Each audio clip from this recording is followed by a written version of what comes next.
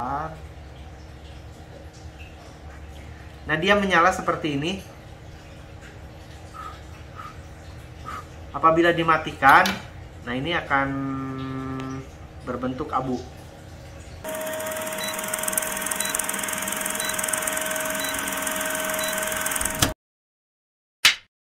Assalamualaikum warahmatullahi wabarakatuh, sahabat Tektona dimanapun Anda berada di seluruh tanah air, dari Aceh sampai Papua. Jumpa lagi dalam channel kami, yaitu Deden Tektona, yang membahas aneka ragam tentang dunia perkonveksian.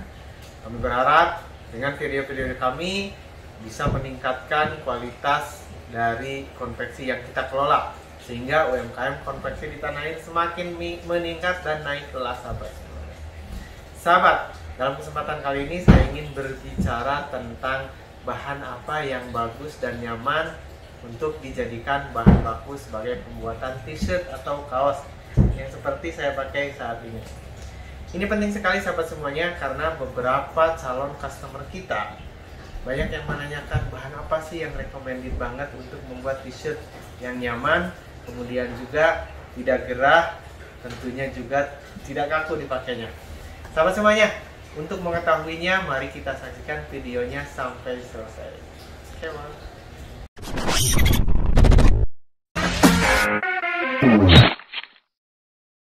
terima kasih untuk sahabat Tektona yang masih setia di channel ini sampai selesai nanti. Sahabat semuanya, sesuai tadi bahwa saya bercerita tentang bahan baku yang recommended untuk dijadikan bahan baku menjadi t-shirt. Nah, sahabat semuanya, banyak sekali bahan-bahan baku tersebut, dari mulai polyester, kemudian juga ada yang disebut TC, dan ada yang disebut katun. Nah, kali ini saya ingin berbicara tentang katun. Nah, katun tersebut seperti kata dasarnya adalah terbuat dari katun atau kapas. Nah, bahan-bahan tersebut alami, kemudian juga mudah sekali untuk menyerap keringat. Tapi sahabat, katun tersebut ada beberapa jenis. Ada yang kardet, ada yang combat. Nah, yang combat adalah bahan terbaik dari katun. Sesuai dengan namanya, katun combat adalah katun hasil dari penyisiran. Artinya hasil dari seleksi, hasil dari menyisir, menghilangkan sisa-sisa, menghilangkan benang-benang yang putus, menghilangkan hal-hal yang tidak akan menjadi nyaman saat dipakai. Artinya hasil dari seleksi. Nah, katun combat itu kelebihannya banyak sekali, sahabat semuanya. Permukaannya lebih halus seperti yang saya pakai ini. Kemudian juga nyaman dipakai karena tidak kaku. Kemudian juga katun tersebut sesuai bahan dasarnya, yaitu kapas, menyerap keringat, menyerap air, sehingga tidak gerah saat dipakai, sahabat semuanya. Itu beberapa kelebihannya. Kemudian juga kelebihan dari bahan katun combat itu warnanya cukup lengkap. Warnanya banyak sekali pilihannya, sahabat semuanya. Seperti yang ada di dalam salah satu buku warna ini. Nah, ini katun combat ini warnanya banyak sekali. Jadi jangan khawatir mendesain kaos t-shirt kita dengan bahan katun combat, karena banyak sekali bahan-bahan pilihannya. Nah, selain itu juga katun combat itu khusus di Kota Bandung nih, tokonya banyak sekali. Jadi mendapatkannya mudah, kemudian juga varian warnanya juga banyak. Terutama kalau di Kota Bandung, Jalan Otista ya, banyak sekali, sahabat. Nah, itu kelebihan-kelebihannya. Kemudian tentunya selain kelebihan ada kekurangan, sahabat. Apa aja kekurangannya?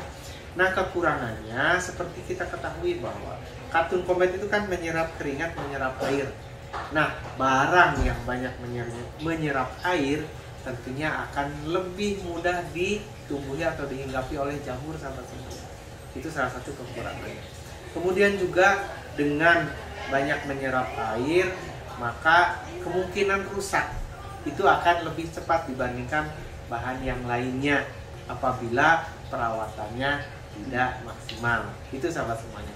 Kemudian kekurangan bahan katun yang berikutnya adalah bahwa apabila kita tidak bagus merawatnya, maka dan dipakai di tempat panas sering-sering, itu akan mudah beladus atau mudah beler kalau kata bahasa Sunda, sahabat semuanya. Nah, untuk itu kita perlu sekali tahu bagaimana cara merawat, cara treatment agar bahan katun combat yang kita pakai tersebut tetap awet dan nyaman dipakai.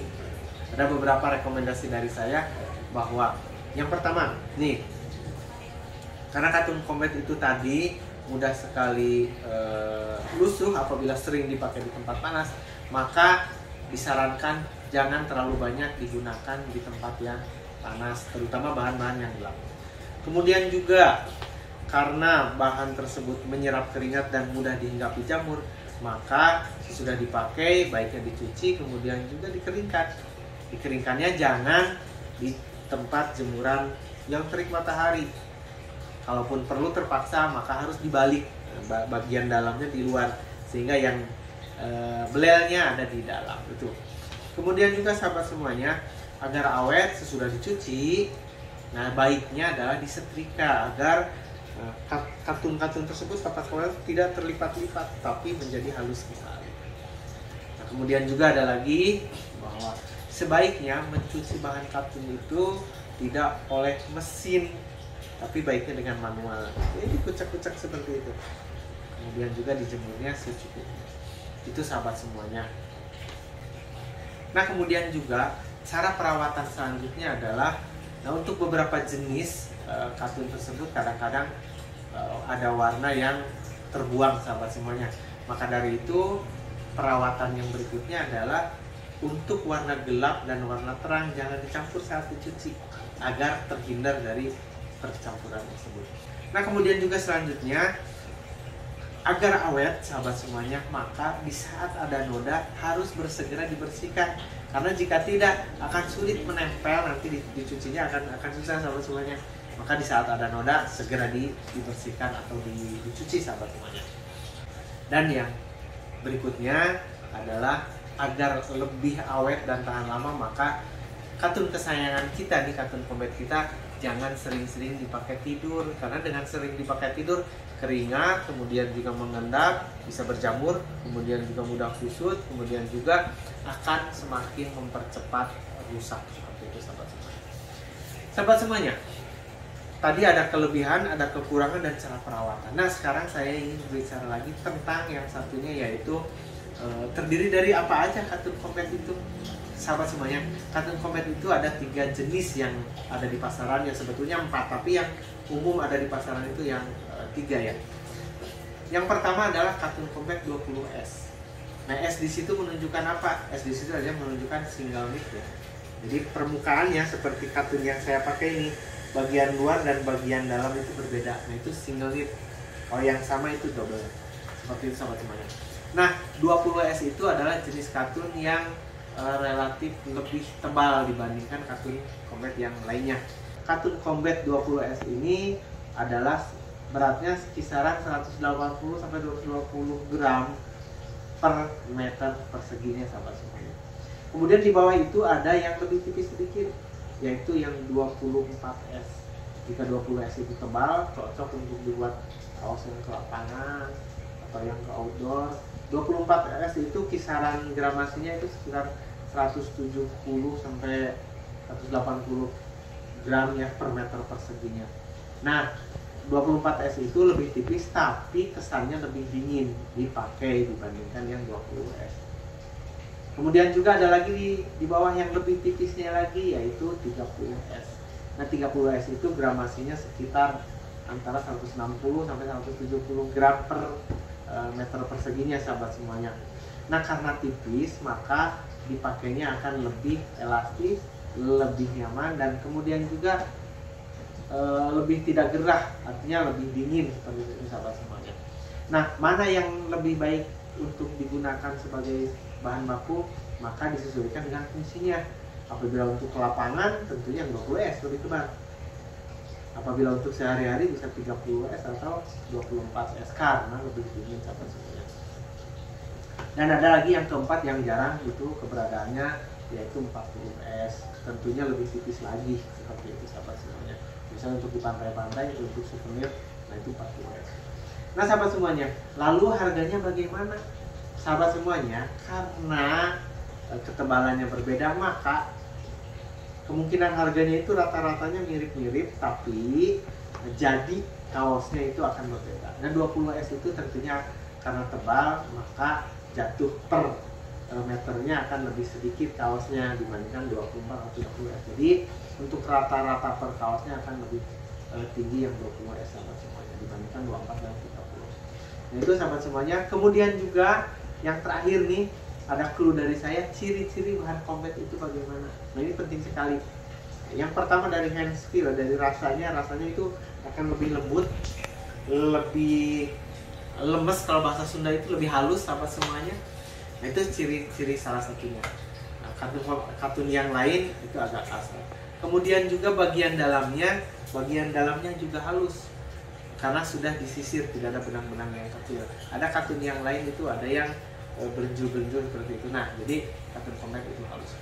Kemudian juga katun combat itu cirinya dirabanya akan lebih dingin dibandingkan jenis bahan yang lainnya.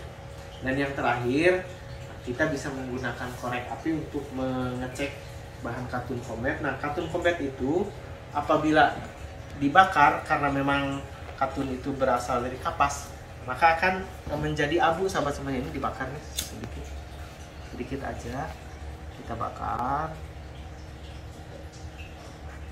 Nah dia menyala seperti ini.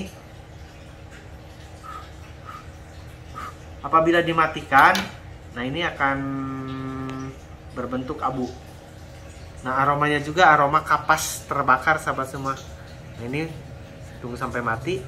Nah sesudah mati dia merembet terus ya sahabat semuanya. Kalau ada plastiknya, polyesternya, dia akan berhentinya cepat. Tapi karena katun dia merambat. Nah ini maka akan menjadi abu sahabat semuanya. Ini salah satu mengecek kebenaran apa yang kita beli itu apakah katun atau bukan. Kalau bukan katun, polyester ini akan berbentuk plastik terbakar. Ini katun. Nah itu ciri-cirinya sahabat semuanya. Mudah-mudahan bermanfaat sahabat semuanya. Itulah pembahasan tentang katun combat. Semoga bermanfaat untuk kita semua dan kita bisa menentukan bahan mana yang akan kita pilih sebagai bahan baku untuk baju kita, kaos kita. Hingga sahabat-sahabat yang akan membuat kaos di konveksi-konveksi, di pengrajin-pengrajin bisa menentukan dan memilih mana yang baik untuk kita. Itu sahabat semuanya. Terima kasih. Apabila bermanfaat silahkan like, kemudian juga subscribe dan share kepada sahabat-sahabat yang lain agar lebih bermanfaat. Dan jangan lupa tonton video-video kami tentang konveksi agar perusahaan kita lebih baik dan lebih maju. Kita jumpa lagi dalam video selanjutnya. Saya Denny Sektana. Terima kasih. Assalamualaikum warahmatullahi wabarakatuh.